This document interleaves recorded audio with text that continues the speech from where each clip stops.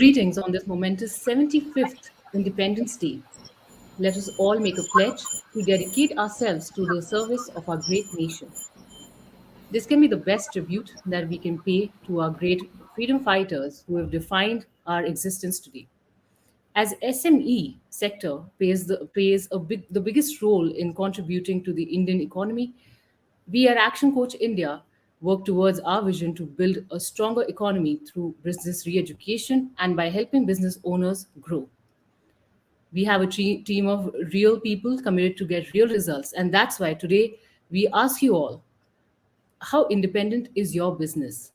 Can it work without you? To discuss the same in detail, we have an exceptional panel of business coaches from India along with an industry steward. So now I would like to start by introducing our panel, Mr. Gaurav Marya, Chairman of Franchise India Group. With over 22 years of experience in franchising, Mr. Marya is the visionary force behind India's largest integrated franchise and retail solution company, Franchise India Holdings Limited.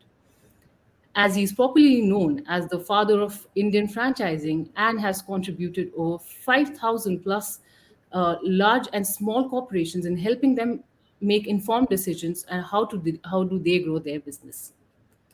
Further, next I would like to introduce Coach Ratish Pandey, who's based out of New Delhi. As a business coach, Ratish utilizes his lifelong learnings and experiences to assist SME sector business owners in addressing their challenging challenges and helping them achieve higher growth for their business, their team, as well as for their personal goals. Next, I would like to introduce Mr. Milind Bibikar, who is based out of Pune. Uh, Coach Milind started as a first generation self-employed freelancer after a 7 year of corporate experience. Milind limits his number of clients that he coaches to ensure focused and personalized coaching for a real transformation. He helps business owners think clearly, to prioritize and implement simple yet effective strategic goals to achieve higher growth. Now, he is a strong believer that entrepreneurs deserve a stress-free and enjoyable life, and with his simplified strategies, he is helping them just do the same. Now, finally, introducing our moderator also for the session, Coach Moloy Chakravorty, who's the founder of Beyond Red Ocean Consulting, based out of Mumbai. He's an entrepreneur, a business growth coach, and an executive coach. He comes with over two decades of corporate experience. Maloy is now following his passion to work with ambitious business owners and deserves a great pride and derives great pride and satisfaction from seeing businesses grow exponentially. Now, with this, I would like to invite Maloy to take the session forward from here. But I would like to also ask him one question while I hand it over to him.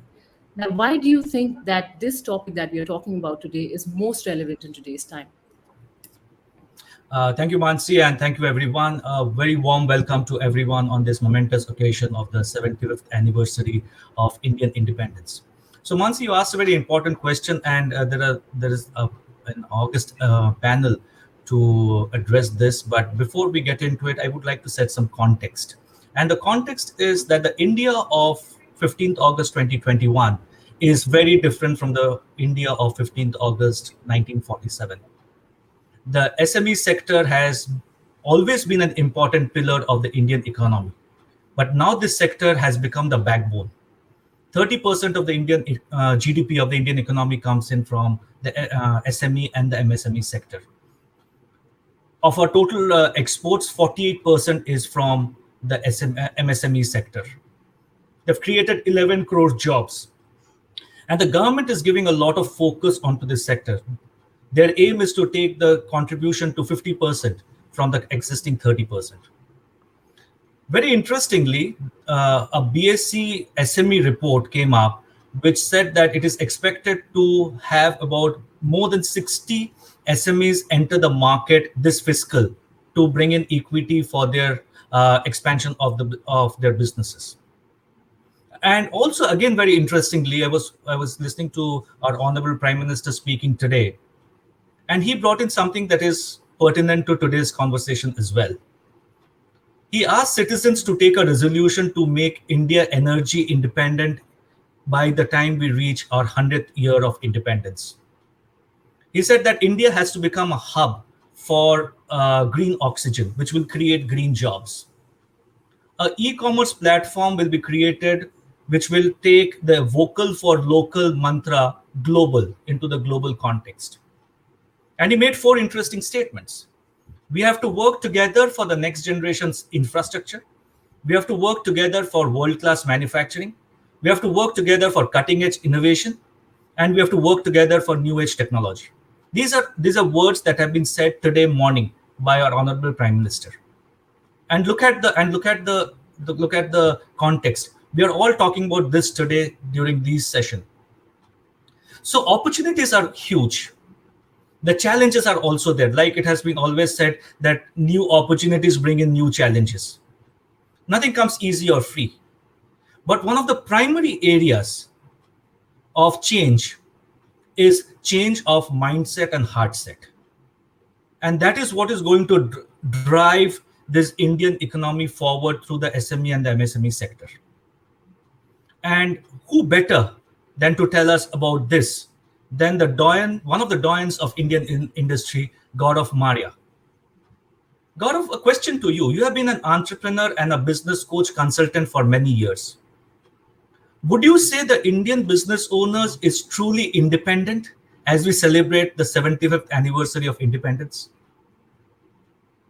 Thank you, Moloy, and happy to be part of this panel. Very important for us to all discuss that what does a really independence mean for business owners, and that's very, very important to understand. And in the morning, I was really thinking through, with my 27 years of experience in working with SMEs and being an SME myself, what does really independence means?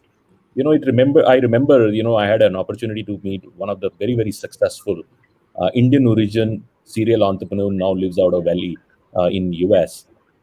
He actually was sitting with me when my earlier career was just starting off, and I asked him a question. I said, "You were very, very successful, and today he's one of the top authors and a very big investor now in IT firms and IT companies, and a lot of billion-dollar businesses built." And I asked him a question. I said, "What means success to you? And in relative sense, what is independence to you?" So he actually drew a quadrant, which I still remember very clearly. And he says, this is a quadrant which everybody's life. And people most of the times focus either on one or two or maximum three in that sense. You don't focus on all four parts of the quadrant. And the one quadrant was very clearly about the personal success, what you achieve personally. That's very important.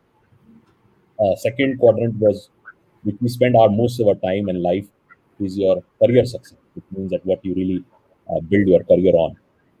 Third was the social success, which means that socially what impact you created. Uh, and the fourth, which was always neglected, was the legacy you leave behind. What you leave behind, what you created, what problem you really solved, and so on and so forth. So as an entrepreneur, somebody who starts in, also has the same logic of independence and eventually to delivering the larger purpose. And I'll define this in three parts, and answering your question is that have we achieved this? I'll take in a later part of it, but first I'll define what independence really means. So independence actually starts with the first is achieving the independence, like what we got in 1947, right? When we got on, I think we just started loving that, and this was our country, the way we want to run it, and so on and so forth. And this is exactly what happens with SME also. It is first ticket to entrepreneurship. When you stop working for somebody else and you work for yourself. So your independence would mean that now your life is in your control. You have your own hours to do. You can decide your own career path. You have your own work environment. You choose rather than anybody choosing for you. So as a human, we all don't want to work for anybody else. We want to be self-independent. We want to be entrepreneur. We want to take our decisions. This is what first happens to you. But really, is this an independence? Answer is no, because when you start like this, you get into even bigger problem. You are now in the most expensive job, which means that now you are actually, your business is controlling you. You're spending most of your time in managing others.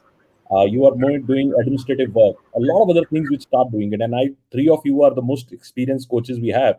in Action Coach, and you do it all the time with small businesses.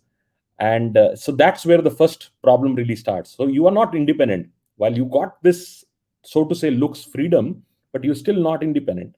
So the second independence really comes in when you start taking what I call the creative independence. Now, creative independence means that now you can do work on your self development. You can develop yourself. You can grow your own self. Growth starts happening.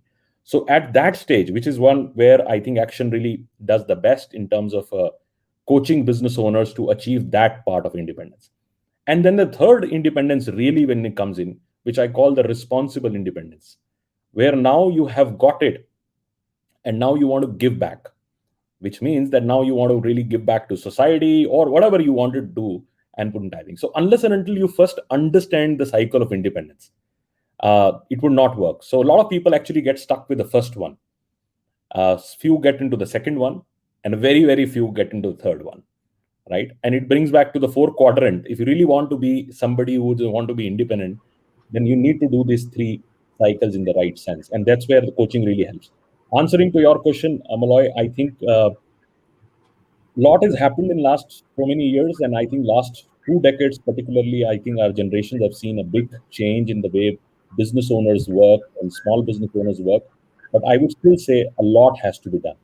A lot has to be done, especially on the stage 2 and the stage 3. A lot of Right. business owners would need to be really coming out of what they're doing, and if they feel that just owning a business gives them independence, answer is no, unless and until they move to the stage 2 and a stage 3. And that's where I always keep saying, and maybe use every forum I will call it in, that you need to have a good coach around with you to really take you from where you are to much bigger greatness of what you wanted and why you started the business in the first place.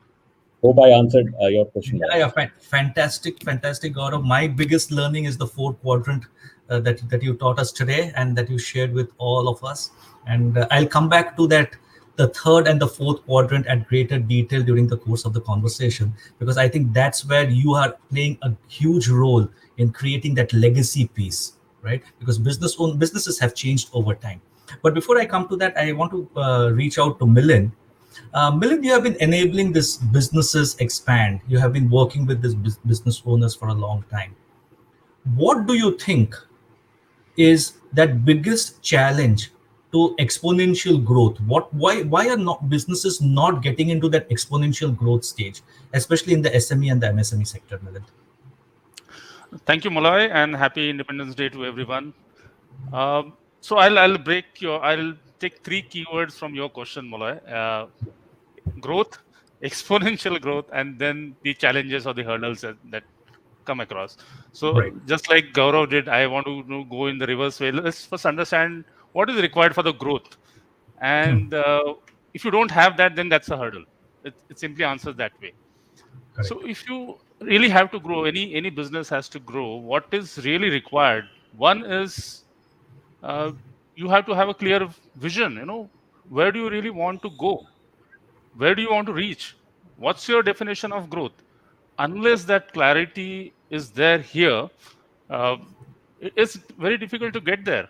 And challenges, as you say, ask Malloy. I think challenges are not there outside. Challenges are all here and here. They're all within. 80% of the challenges or hurdles are within and not external. We try and point out the external things, but they are all actually internal. So vision clarity is internal. You have to have that clarity where you want to reach. Secondly, if you know where you want to reach, then what you need to get there. So what you need to generally to get there is the skill sets or knowledge to get you there. You need some strategies. You need to be aware of what you need to get there. So knowledge and skill comes second. Do you have that? If not, then that's the hurdle playing in your way. And third is then the execution. So consistency in doing what needs to be done. So these three things are absolutely important in growth: vision, clarity, and a plan to get there. Secondly, the knowledge and skill sets to get you there. And third is consistency, that may need motivation to execute your plan. Now, if you don't have either of these things, then growth is a distant dream. Now, exponential growth is just the next level of this growth. So you need to do more of it. That means you have to have bigger vision or even better clarity on where you want to go, and your plan has to be even more detailed one if your vision is really big. Secondly, the knowledge and skills, you will need to refine it and acquire more and more skills or a different type of knowledge to grow exponentially. And third, the actions or the execution have to be massive. So the difference between the ordinary growth and exponential growth is probably that you're actually shrinking the time. So you need to get more things done in lesser time. That's how you'll have exponential growth. So the actions will have to be much more in magnitude. There have to be massive actions uh, with consistency that you will need. And fourth point, I think what gets added for exponential growth is it's not about you alone. So when you do it alone, it's there is always going to be a bottleneck situation.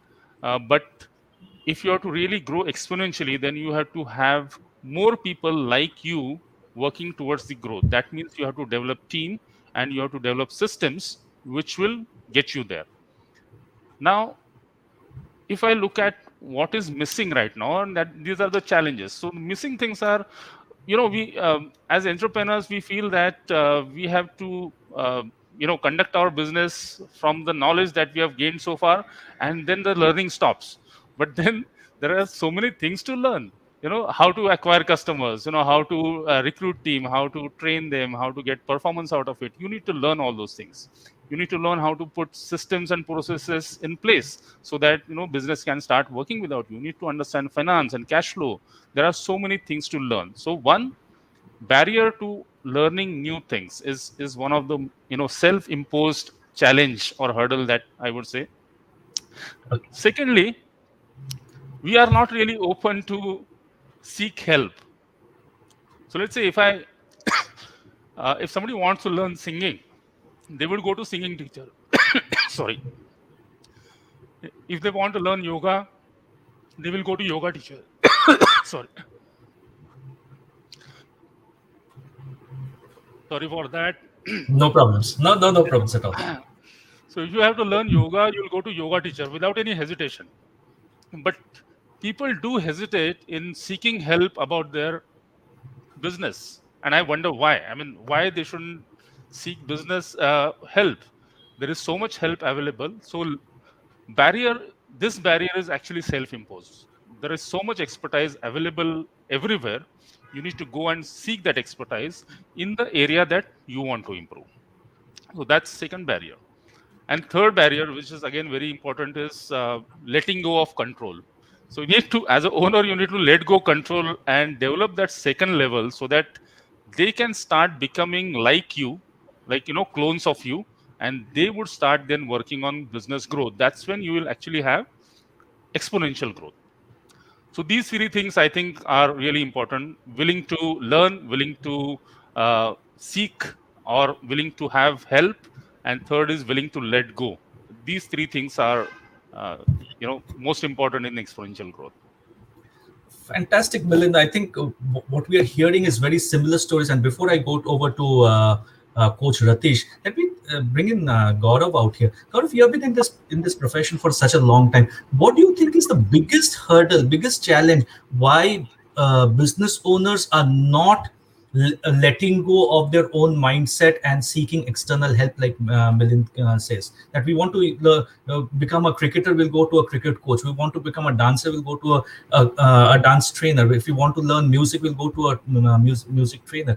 What is stopping? What is that mindset shift that you have been constantly speaking about mindset shifts?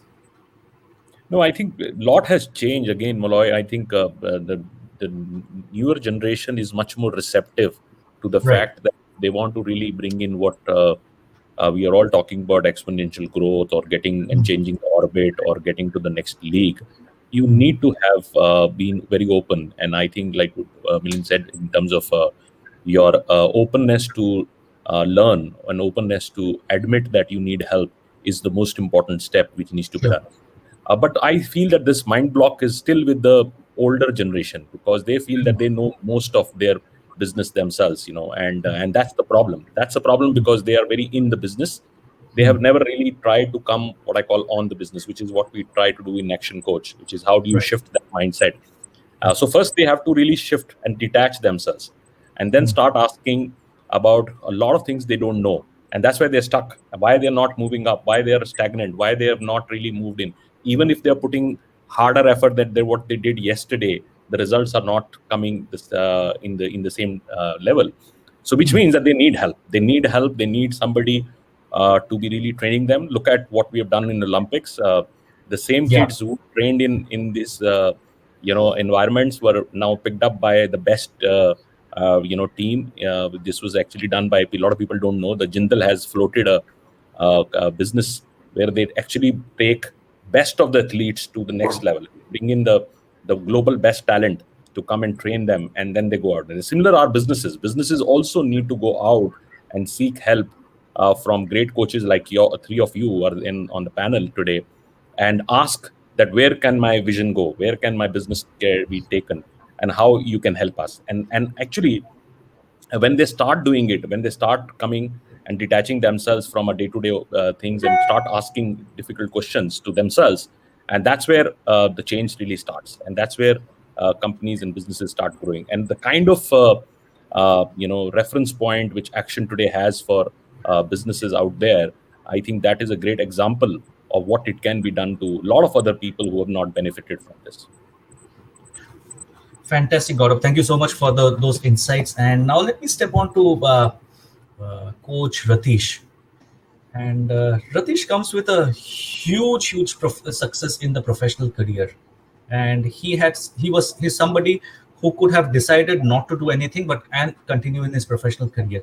So Ratish, why did you turn to business coaching after so many years of successful professional career? What was the impact that you wanted to make? Was it for self or was it for somebody else? Great question, Moloy. And let me start by wishing everybody a happy new year, happy Independence Day. And it's really great to be part of this panel. Uh, and it's a great question. When I in my career, I was an entrepreneur for some time and then worked in the corporate sector for a fairly large stint. When I hung up my boots at the corporate sector, I was not really ready to, as they say, stop working. I wanted to do something different, make a difference, and really, because in my corporate career I was mentored, and that is where, and I really enjoyed that process of being mentored. Uh, I think that is where I felt that mentoring is something that I could do. Number one. Number two, the big piece is giving back to the business community of the experience that I hold, and partnering with Action Coach, getting certified from Action Coach, really added these tools, tricks, and techniques how to coach well, and mixing those tools, tricks, techniques with my experience that I had for 35 plus years. I love to help entrepreneurs succeed. So the excitement that I get today is when the businesses, the entrepreneurs that I coach today succeed and move to the next level. That is where real excitement comes to me. So Gaurav did talk about the fourth quadrants, and I think right now I'm in that responsibility quadrant, as Gaurav talked about, where I am responsible and being independent and still trying to give back to the business community at large. And it is really exciting for me day in day out. It's really fun. I enjoy coaching. I love it, and I really it's great to see the businesses that I coach flower and move to the next level. Oh, lovely. Thank you so much, Coach Ratish. And now let's move the needle slightly more towards the freedom space and the independent space. And I would want to bring in Coach Milind out here. Coach Milind, you have been both an entrepreneur and now a business coach. So many of the viewers may not know that Milind was a successful entrepreneur before he turned a business coach. What does the word independence slash freedom mean to you now as an individual?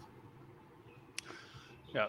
So independence or freedom in not just one area, but I think we need to have. I need to have. I mean, that's my dream that I need to have independence or freedom in multiple areas. One, starting with, let's say, financial freedom. Of course, that is not a big area. That is, I would say, already achieved after selling of the earlier uh, business that I was running. But yes, financial freedom is one of the most important things in the life. Second is, so you should have the choice of, which house to buy and which car to buy and where you want to go on holidays. So that's only comes by financial freedom.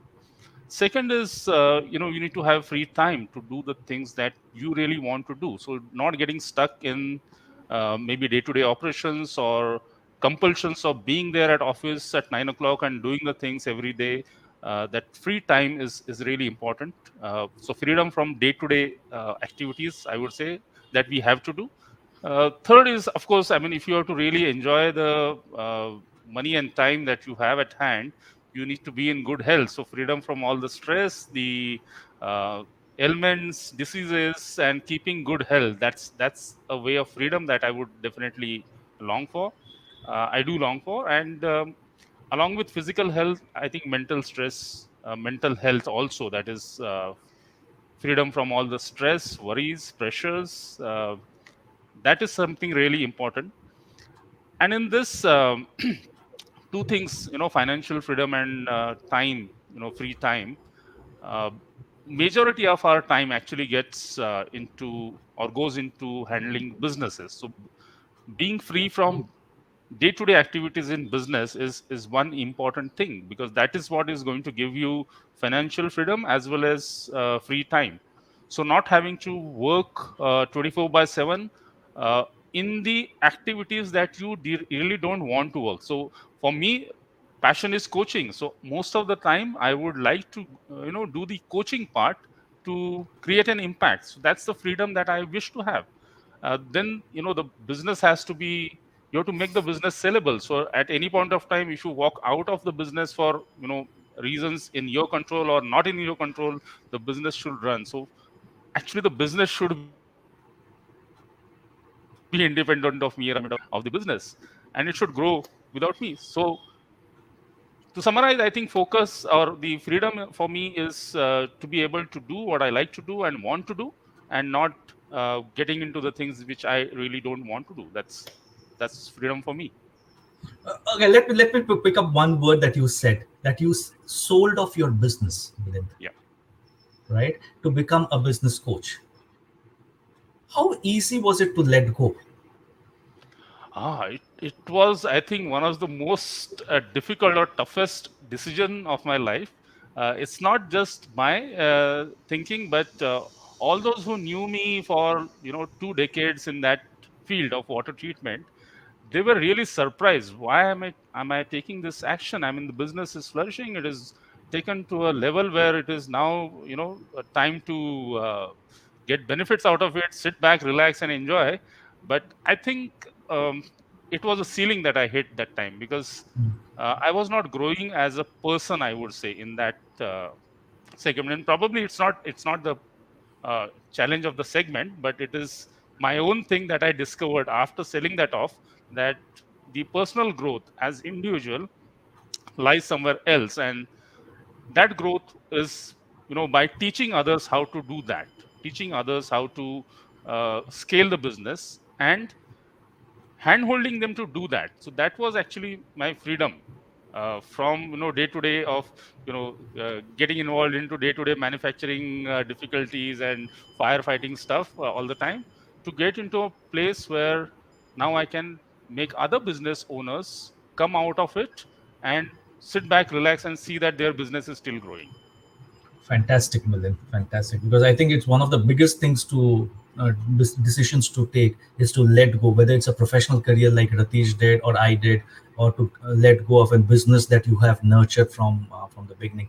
And that leads me to Ratish, Coach Ratish. Ratish, you coach a lot of startups as well, right? And that's one of your passion areas that we are all aware of. What is it are they thinking about business and life as they set up these businesses? What is their mindset? What is it that they want to achieve? Yeah, Youngsters straight out of college want to set up a startup.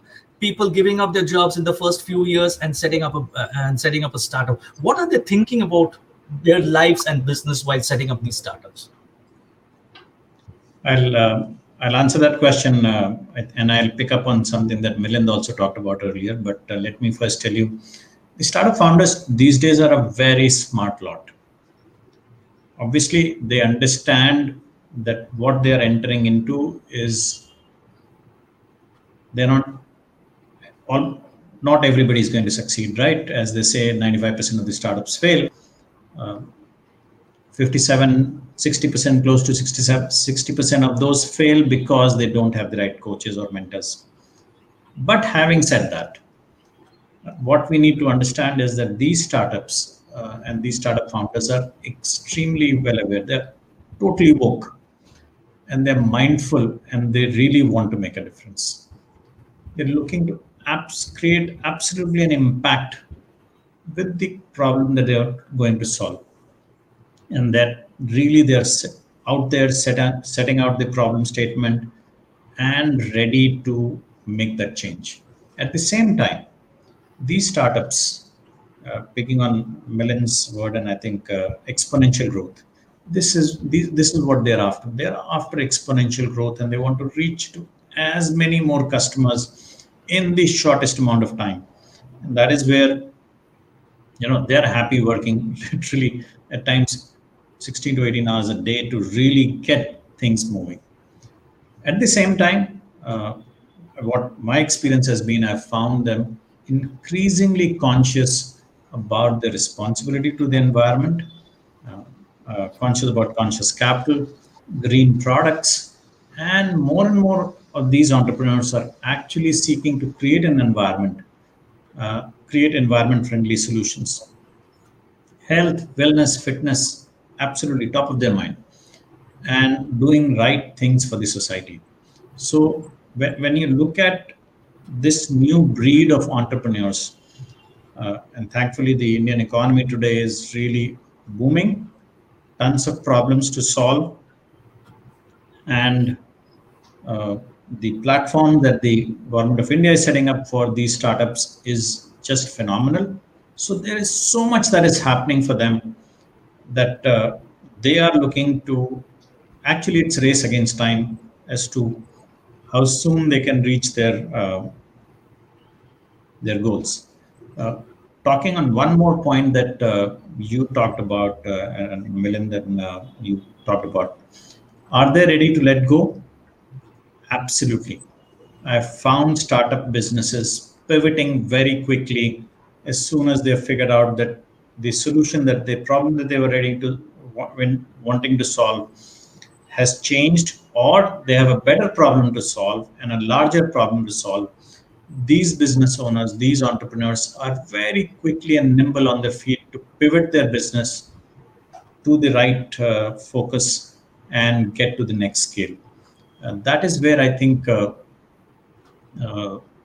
the nimbleness and the openness to address change coming their way and meet it head on is where I would say the Indian startup founders are really great at. Over to you, Malay. Thank you so much, Ratish. I can see a few questions that are already popping up, but before we go to the question, I have my last question for Gaurav. And I would want to take it from the point that he mentioned in his first opening comments about the fourth stage of legacy. Right? We all know that, Gaurav, a lot of businesses were being built in the past to be transferred from generation to generation, and we have seen that. But today, it doesn't seem to be so. So, do you see a change in mindsets of individuals that they are no longer concerned about the legacy piece of the business?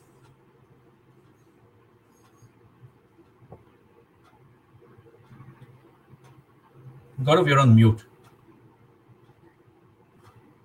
Sorry, I was on mute. So very good question, and very good question should be really answered from how we have evolved. What our society has evolved. All the answers really come from our society and our upbringing and so on and so forth. So if you really see, we can blame our older generations to be very particular, and then they wanted to build businesses for life and then pass it on to the next generation and so on and so forth. And today's entrepreneur is not doing that. Today, an entrepreneur is in rush to scale very fast and then also to exit very fast, which is good thing. Which is good thing, and this is what we actually at Action and in my business also I teach that there should be a starting point, there should be an end point. Like Milind did, he did the right thing. At the time he built the business, scaled it up, brought to a certain sustenance, and then find an exit because he was not enjoying anymore and he wanted to do something which he wants to enjoy. But if you really see, the last generation mindset was very different. They were coming from a lot of insecurities for sustenance of their life, to really build some kind of sustainable incomes. While the new generation, which we have now, is coming from value creation. So there is a different mindset altogether. When you're thinking about income generation, then you want something which can continue to give you certain income over the time. But when you start building value, which is very different mindset. How do you build value? What do you create? What problem you solve? What social impact you bring? What kind of creativity you bring in the business? So businesses have changed because no more the society is so insecure. These young entrepreneurs are much more secure. They come from upbringing, what they hear and learn from other entrepreneurs around them, that how they created wealth in life. So they are not even ashamed of now to really talk about wealth creation. How do Right. you create wealth, right? So this all is happening in generations. I remember one of the companies which we really incubated early stage was a company called Zomato. In 13 years I have seen the business from 13 years and now sitting at about $15 billion valuation. This is what the new generation is. And this is why it is even more important, because you want to achieve so much in such a small time, that you need a good mentor and a good coach, because they can take you through different cycles of your this. It is from an Businesses. incubation to sustenance to hyper growth to even finally creating the last value and finding out the logical situation. So this is a good situation. I still feel a lot has to be done, but next 5 years I think we would be seeing a very different entrepreneurial mindset, because we are very different as society. We are very different from our social engagement what we have and so on and so forth. So I feel Correct. that more and more businesses are opening up, business owners are opening up to think that the purpose was not to really make some income on a monthly basis. Purpose was to solve a bigger problem and eventually create a larger value, which you can pass it on to somebody else. And that's where I think this is one of the areas which I think Action and all three of you really do extremely well, that you actually change this mindset. You open up that why were you doing this? You never came to make 5 lakh rupees a month. You came to create something which is much larger, and there has to be some kind of a timelines for that, at what time you want to really look at a logical exit.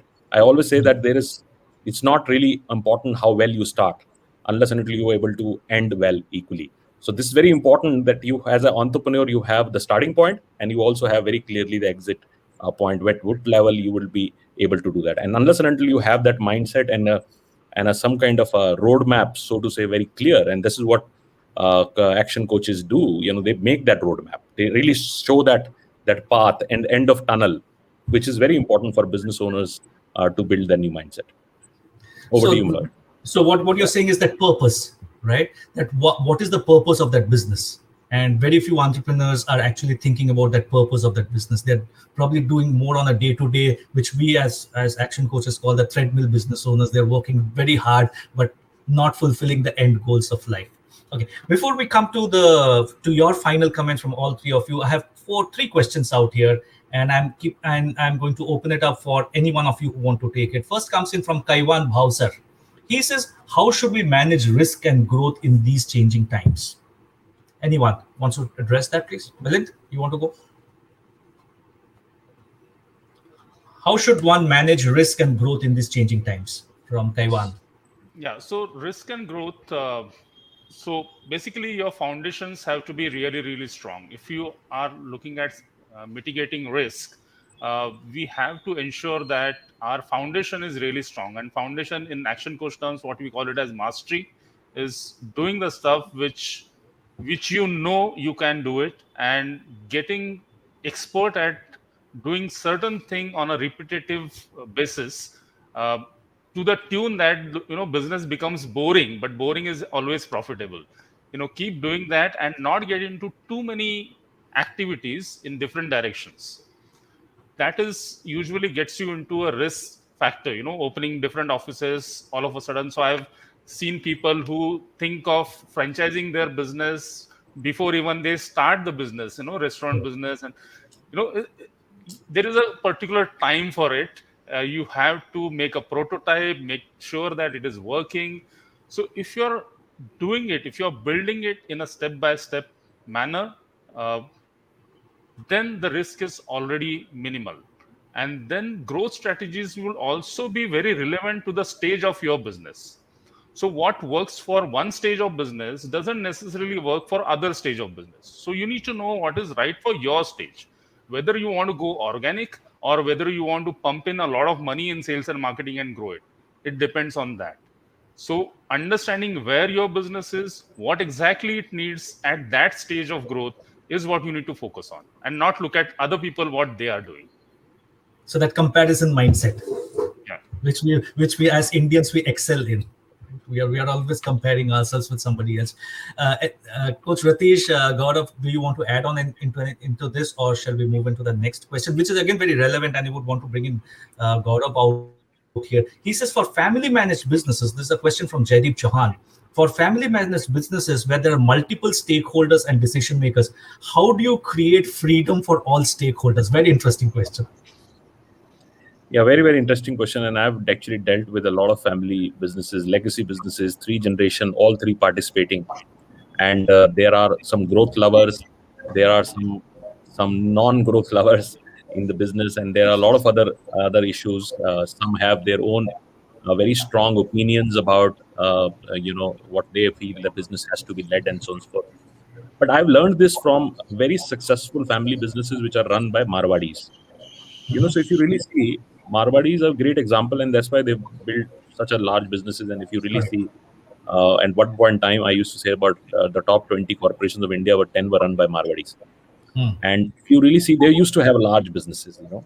And very early, they start finding out families. They would find out competence, or they would build the competence. And they used to make every single member who wanted to participate as a process leader rather than just be having what I call ownership. They should make them a process owner. So one brother would handle manufacturing, one brother would handle export, one brother would have handle finance. And normally used to be elder one used to handle finance. The younger one used to be sent out to get orders. He will get out and travel all over the world to get export orders. The middle one would always sit at the factory all his life. So this is how the businesses work. I also feel that that's exactly needs to be done. you know Right. we families as Indians, we have value system. In our value system, it doesn't have to we really have to copy what West does. We'll always be involved, we always would like to participate, we always would like to make judgments to each other. But if you are a large family, then you need to have an open talk and divide these as a process leaders. And at a certain stage, if you feel that as a family you don't have their internal capabilities now, then you have to be open about it. Hmm. And this is where I think all of you are doing a lot of work, and I would like you all can add to it, that how you are handling family businesses and making them open, that they need also professional help. They need to also have a good professional team, because their skills might not come from inside, and Right. they might have to be open up to have an outside support. But important is that unless and until you very clearly define those roles within the family, and it should not be emotional driven. So that's one of the biggest problems in family businesses. Sometimes emotion overpowers logic, and that's something is dangerous for businesses, and that's where it starts declining, because just because you want to make your son the CEO because he's not so competent at this stage, or he's in the path of getting into that competence, so he might be best suited to give a different role initially to before he takes on the entire thing. While ownership would always stay, the shareholding would always stay with you. Like for Right. example, look at a Dabur business. Amit Burman is now the current chairman, but I know Amit for many years. The last 20 years, he built his own business. He was just a franchisee for a Subway. Then he built a very large food business. Then he did many other things. And now, over the time, he's now chairing the Dabur legacy Now, business for many years, and it's still very, very professionally run. So that's something which I think larger family businesses have realized that only when the competence really comes in across board, then also leadership should come in. So leadership and ownership should be two different aspects to do it. Thank you so much, Gaurav, on that.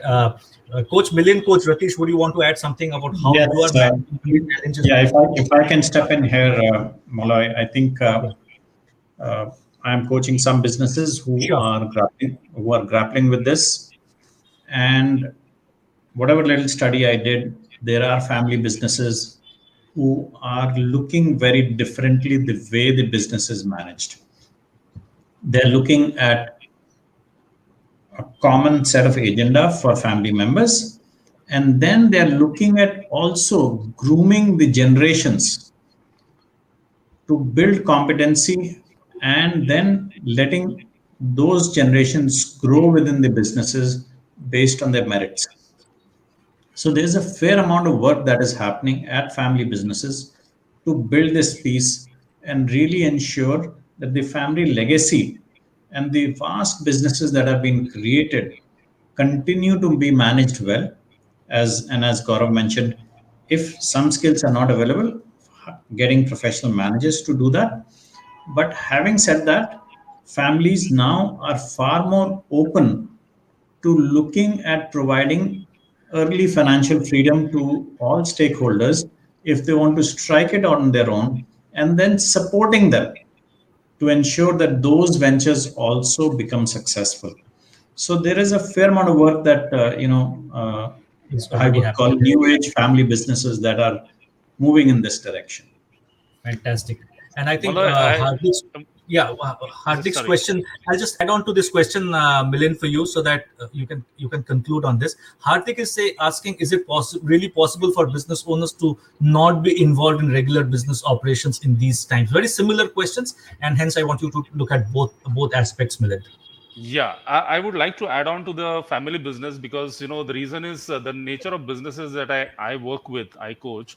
They are from the manufacturing engineering industry where the businesses are more than 20 years old. Mostly, I mean, most of businesses that I coach are 20 years, 30 years, 40 years old, and at least six of them are right now a combination of father son or father daughter, and that's where they are in that transition mode.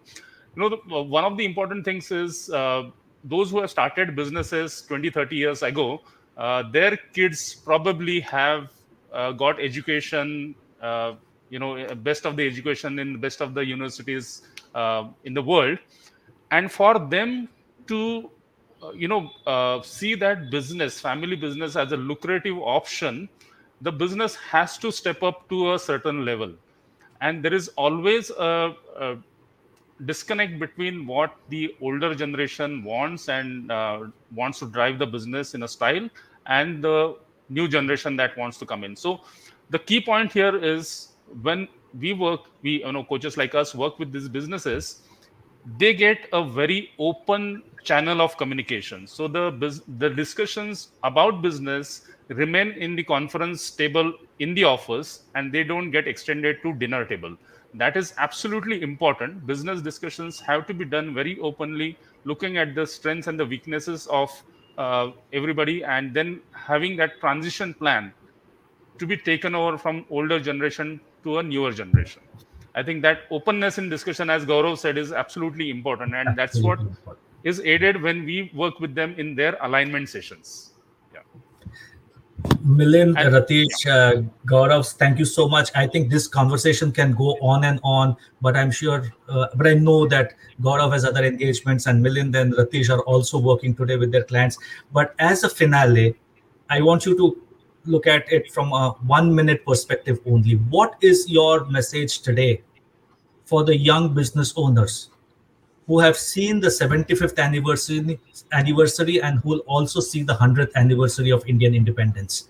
What is that one single message that you would want to give to all of them today as business coaches and a successful entrepreneur, to all these business owners that we are either coaching or who are listening to this program or who will watch this program at a later date? Ratish. Okay, I think my message is very simple. So we as a country are, and Gaurav also touched upon it, we as a country are ready to take off. The platforms are all ready. I think successive governments have ensured that India moves in the right direction, and we are actually ready to take off. So it is for each one of the entrepreneurs, each one, whether old, young, small, whatever, is to make the most of this opportunity that India offers. For SMEs, very simply, growth is the mantra. It's time for S to change to M and M to change to L. And really, it's time to really become a larger business. For the startups, absolutely, as I mentioned, Indian economy and businesses are really calling you. The environment is really right to accept and encourage innovative solutions that not only large corporates need, common people need, but even SMEs need. So there are so many problems that today even SMEs have, and the startups can definitely work towards solving them. So really look at problems, addressed or unaddressed, and find those solutions. And really, India has all those problems there. And once you have the problems fixed in India, the world becomes your next stage, is what I would say. Coach Milind, Yeah, I would people who are simply going put to it. see the 100 year of Indian independence, Yeah. what is that single message that you want to leave for them? So yeah, for I think for business growth, I think what and to be independent of the business and business independent of you, I think three things what comes to my mind is one is invest in your own learning and learning of your team. That's absolutely important.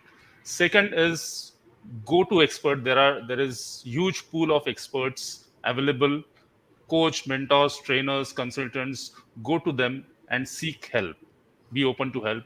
And third is systematize your business in such a way that anybody can operate in that system, and then build a team who can operate that system so that you can be free from the business. Oh, Yeah. fantastic. Gaurav, your final comments for all those people who will enjoy 2047, 15th August 2047. Sure. So, three very important points which comes to my mind, and fourth would be a suggestion.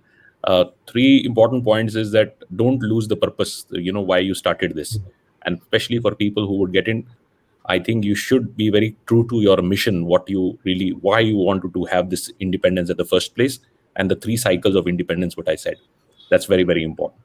Second, I think as all entrepreneurs and business owners, we start with the idea, we get into execution, and then do troubleshooting. And then troubleshooting takes most of our time. So you need to really come back to the idea. You need to come back to idea, and that's where I think coaches help. And third, which is very important, and I feel that this is an opportunity, and which Ratish also said, this is a very different life we are all in. And I tell myself today, what I did in last 23 or 24 years of my journey in franchising, that I put myself into really achieving goals within India, and with the same effort, with the same structure, I can do maybe 10 times more in the current age what I did in last 23, 24 years. So we are living in a very connected world. So it's just your mind that you think that you are a business owner in Delhi, or you're a business owner in Bombay or in Pune. World is your marketplace. And Right. especially with the new economy businesses like direct to consumer businesses and so on and so forth, you need to think world. I had just a discussion with a New York based D2C company. They created a personal care brand. The brand is created 18 months back. They already raised about 20 million US, and they already are distributing in India. So I see that when you sit in New York, then you think world. But when you sit in New Delhi, you don't think world. So we have to change our entrepreneurs in Delhi and Bombay and Bangalore, that they also should think world. The world is same for you and same for a kid sitting in New York, you Correct. know. And so that's an opportunity for you. Rather, it is bigger for you. And I think that's something which needs to be much, much bigger. What you can bring to the world is much bigger than maybe a kid sitting in New York, right? So there is an opportunity for all of you. And finally, which I always say in any panel which Mansi invites me, it says date a coach, DATE. Date a coach means take your time, set your appointment, reach out to our three brilliant coaches which are there, take their time and ask them how they can make you more disciplined. D stands for disciplined. A stands for accountable, how they can make you more accountable, what you do. Third, T stands for training, how they can train you that you are more skilled as an entrepreneur. And E stands for encouragement, how they can encourage you that you are able to see every single day that this is the next day in your life and you want to grow further. So date a coach, fix your appointment, don't miss it out. I always take this opportunity to do that. While I think the forum Mansi sets is for different, but I use it for a larger purpose, because purpose for all of you to join here is to really see growth and ask some questions how I can grow to some of our leading coaches. Thank you so much, Gaurav. You have changed the entire concept of dating, and people will think differently when they talk about dating from now on. But thank you so much, Gaurav. Thank you so much, Milind. Thank you so much, Ratish. This conversation could have gone on and on, but there's always a time constraint, and I'm sure we'll come back again and share a lot of other views. Thank you so much, everyone, for your time, and over to you, Mansi. Thank you, everybody. What a wonderful discussion on this wonderful day. Thank you so much to our panelists to spend this lovely Sunday morning sharing all of this great insight and valuable knowledge with us. So, for our audiences, everybody who's watching us, do stay tuned to our channels. Follow us. We do these events mm, regularly, and there are these great value addition to all for everybody who's watching, as a business owner, as an entrepreneur, or somebody who might be looking at becoming a coach themselves. Do feel free to reach out to us, get in touch with us. If you can type it in the comment section, if there's some particular coach or Mr. Mario you want to get in touch with, or with us, however, you can just type in there, and we will reach out to you. So have a great day. Jai Hind and Jai Bharat. Thank you so much. Jai Hind. Jai Hind. And Jai Hind. Thank you.